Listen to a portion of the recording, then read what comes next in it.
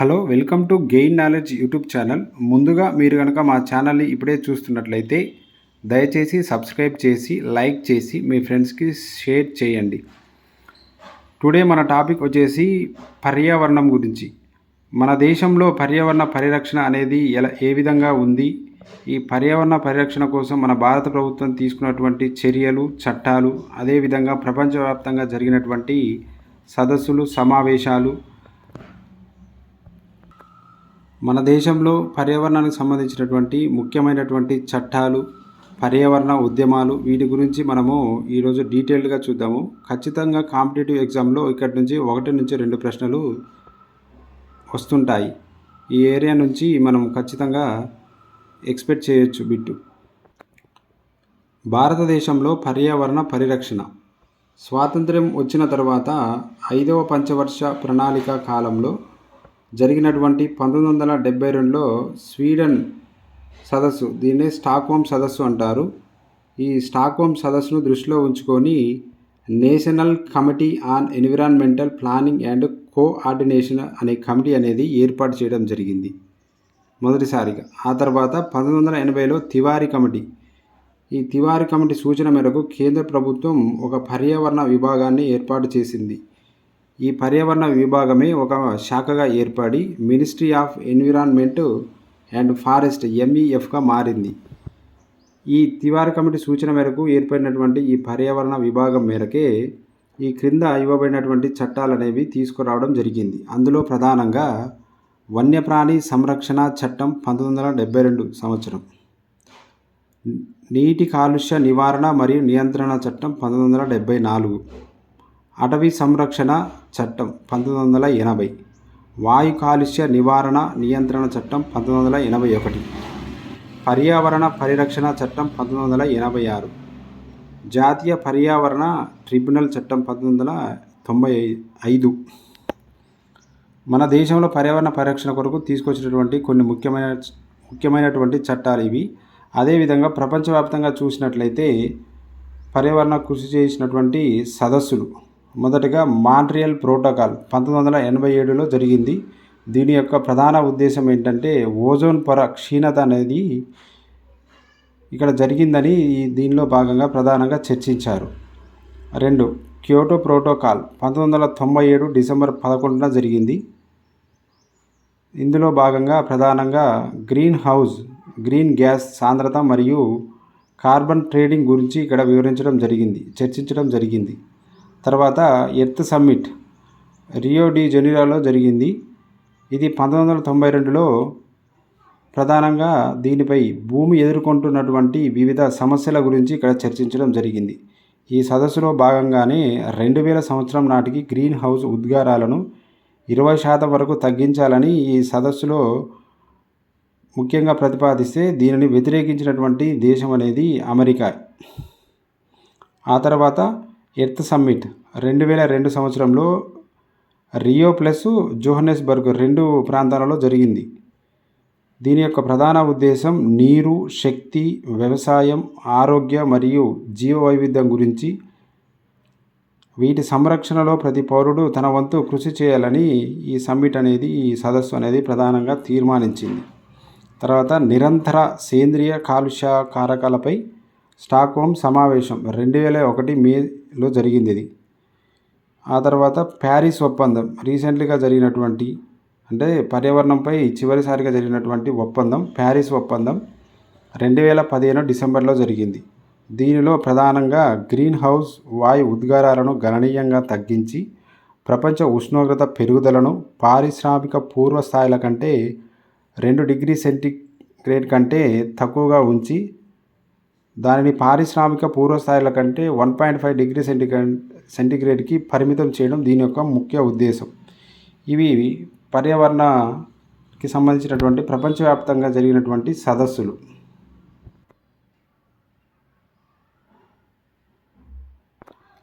ఆ తర్వాత మన దేశంలో జరిగినటువంటి పర్యావరణ ఉద్యమాలు, అవి ప్రధానంగా ఒకటి చిప్కో ఉద్యమం 1973 సంవత్సరంలో జరిగింది. దీని యొక్క ప్రధాన ఉద్దేశం ఏంటంటే అడవుల నరికివేతకు వ్యతిరేకంగా జరిగినటువంటి ఉద్యమం. ఇది ఎక్కడ జరిగింది? ఉత్తరాఖండ్లోని చమేలి జిల్లాలో జరిగింది. దీని యొక్క ఉద్యమ సారథి ఎవరంటే సుందర్లాల్ బహుగుణ చండీ ప్రసాద్ భట్. 2. బిష్నోయ్ ఉద్యమం. బిష్నోయ్ అనేది ఒక గిరిజన తెగ. 1730లో జరిగినటువంటి సంవత్సరంలో రాజస్థాన్లోని థార్ ఎడారి ప్రాంతంలో నివసించేటటువంటి ఒక తెగ ఈ బిష్నోయ్ ఉద్యమాన్ని అనేది చేపట్టింది. ప్రధాన ఉద్దేశం ఏంటంటే దీని కారణం ఇక్కడ అడవులను అడవి జంతువులను వేటాడకుండా నిషేధించడం. 3. సైలెంట్ వ్యాలీ ఉద్యమం 1973వ సంవత్సరంలో జరిగింది. ఇది కేరళలోని పాలక్కడ్ జిల్లాలో జరిగింది.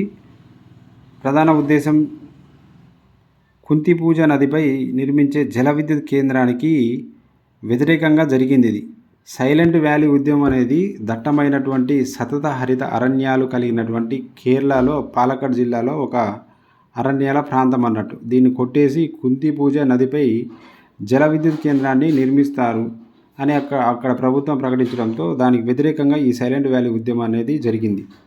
తర్వాత అప్పికో ఉద్యమం 1983వ సంవత్సరంలో జరిగింది.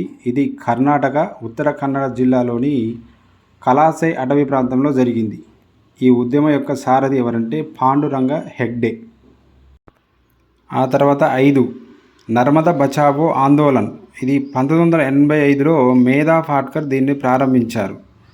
దీని ప్రధాన ఉద్దేశం ఏంటంటే నర్మదా నదిపై నిర్మిస్తున్నటువంటి పెద్ద ఆనకట్టలను వ్యతిరేకించడం. ముఖ్యంగా సర్దార్ సరోవర్ ప్రాజెక్టుకు వ్యతిరేకంగా దీన్ని ప్రారంభించారు.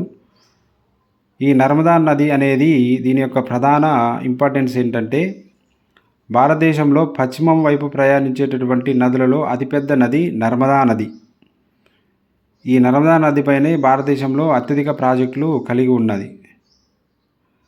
ఇది మన దేశంలో జరిగినటువంటి అతిపెద్ద విజయవంతమైనటువంటి పర్యావరణ ఉద్యమం మన నర్మదా బచావో ఆందోళన్. తర్వాత కోయల్ ఖరో ఉద్యమం. ఇది జార్ఖండ్ రాష్ట్రంలో జరిగింది. జల విద్యుత్ ప్రాజెక్టు 710 మెగావాట్ల నిర్మాణానికి వ్యతిరేకంగా ఇది జరిగింది. ఈ కోయల్ ఖరో ఉద్యమాన్ని ప్రారంభించినటువంటి గిరిజన తెగలు ముండా, వరవాన్. తర్వాత జార్ఖండ్ జంగల్ బచావో ఆందోళన్ 1980 సంవత్సరంలో జరిగింది. ఇది సింగ్భూమ్ జిల్లా గిరిజనుల చేత జరిగింది. ఇది సహజంగా పెరుగుతున్నటువంటి సాల్ వృక్షాల స్థానంలో టేకు వృక్షాలను పెంచాలని అక్కడ ప్రభుత్వం ప్రకటించడంతో దానికి వ్యతిరేకంగా జరిగినటువంటి ఉద్యమం ఇది. తర్వాత నవధాన్య ఉద్యమం 1982లో వందనా శివ సారథి. వందనా శివ దీన్ని ప్రారంభించింది. దీని యొక్క ఉద్యమ సారథి వందనా శివ. దీని యొక్క ప్రధాన ఉద్దేశం ఏంటంటే జీవ వైవిధ్యాన్ని సంరక్షించాలి, సేంద్రియ వ్యవసాయ పద్ధతుల నిర్వహణ, రైతులకు సరి అయినటువంటి మార్కెట్ కల్పన, ఈ 3 డిమాండ్లతో నవధాన్య ఉద్యమం అనేది వందనా శివ అనేవారు 1982లో దీన్ని ప్రారంభించారు. తర్వాత తెహ్రీ డ్యామ్. తెహ్రీ డ్యామ్కు వ్యతిరేకంగా ఉద్యమం జరిగింది. దీన్ని ప్రారంభించిన వారు సుందర్లాల్ బహుగుణ. ఈ డ్యామ్ నిర్మాణానికి వ్యతిరేకంగా ప్రారంభించడం జరిగింది. డ్యామ్ యొక్క సామర్థ్యం 3500 మెగావాట్ల విద్యుత్ ఉత్పత్తిని చేయడం కొరకు దీన్ని ఏర్పాటు చేశారు. ఆ తర్వాత భోపాల్ దుర్ఘటన. ఇది వెరీ వెరీ ఇంపార్టెంట్. చాలాసార్లు ఎగ్జామ్లో అడిగాడు. భోపాల్ దుర్ఘటన, ఇవి తెహ్రీ డ్యామ్. భోపాల్ దుర్ఘటన అనేది 1984 సంవత్సరం డిసెంబర్ 2న జరిగింది. దేశంలో ఇప్పటి వరకు జరిగినటువంటి అతిపెద్ద పారిశ్రామిక దుర్ఘటన ఇది. దాదాపు 4000 మంది గ్యాస్ లీకేజ్ వలన వీళ్ళు మరణించడం జరిగింది. ఇది భోపాల్, మధ్యప్రదేశ్లోని భోపాల్ పట్టణంలో జరిగింది. ఈ ఘటనకు ప్రధాన కారణమైనటువంటి సంస్థ యూనియన్ కార్బైడ్ ఇండియా లిమిటెడ్. ఇది అమెరికా దేశానికి చెందినటువంటి పెప్టిసైడ్ కంపెనీ. ఈ భోపాల్ దుర్ఘటనలో ప్రధానంగా విడుదలైనటువంటి వాయువు very very important, methyl isocyanate. తర్వాత తెలంగాణకు హరితహారం. దీనిని 2015 జూలై 3వ తారీఖున చిలుకూరి బాలాజీ స్వామి టెంపుల్లో కేసీఆర్ గారు సంపంగి మొక్కను నాటి ప్రారంభించారు. దాని యొక్క ముఖ్య ఉద్దేశం ఏంటంటే రాష్ట్ర భౌగోళిక విస్తీర్ణంలో అటవీ విస్తీర్ణాన్ని 33% పెంచాలనే ఉద్దేశంతో ఈ హరితహారాన్ని ప్రారంభించారు. తర్వాత ఇప్పుడు కాంగ్రెస్ గవర్నమెంట్ వచ్చినాక ఈ తెలంగాణకు హరితహారం పేరును వన మహోత్సవంగా మార్చినది. ఆ తర్వాత ఇప్పుడు మన దేశంలో ఈ పర్యావరణానికి సంబంధించినటువంటి తీసుకొచ్చినటువంటి ప్రముఖ చట్టాలు, పర్యావరణ పరిరక్షణ చట్టాలు వెరీ వెరీ ఇంపార్టెంట్. అందులో భాగంగా ఒకటి జాతీయ అటవీ విధానం 1952. మన దేశంలో సగటు అటవీ విస్తీర్ణం అనేది 1/3 వంతు ఉండాలి, అనగా 33.3% ఉండేందుకు ఈ జాతీయ అటవీ విధాన చట్టాన్ని అనేది 1952లో తీసుకొచ్చారు. తర్వాత వన్యప్రాణి సంరక్షణ చట్టం 1972. తర్వాత జల కాలుష్య నివారణ మరియు నియంత్రణ చట్టం 1974. తర్వాత సామాజిక అడవుల చట్టం 1978. తర్వాత వాయు కాలుష్య నివారణ నియంత్రణ చట్టం 1981. తర్వాత పర్యావరణ పరిరక్షణ చట్టం 1986. తర్వాత జీవ వైవిధ్య చట్టం 2002. తర్వాత నేషనల్ గ్రీన్ ట్రిబ్యునల్ 2010. ఇవి మన భారతదేశంలో తీసుకొచ్చినటువంటి పర్యావరణానికి సంబంధించినటువంటి ప్రధానమైన చట్టాలు మరియు పర్యావరణ ఉద్యమాలు. వీటి గురించి ప్రత్యేక శ్రద్ధ చూపాలి. Okay, thank you for watching this video.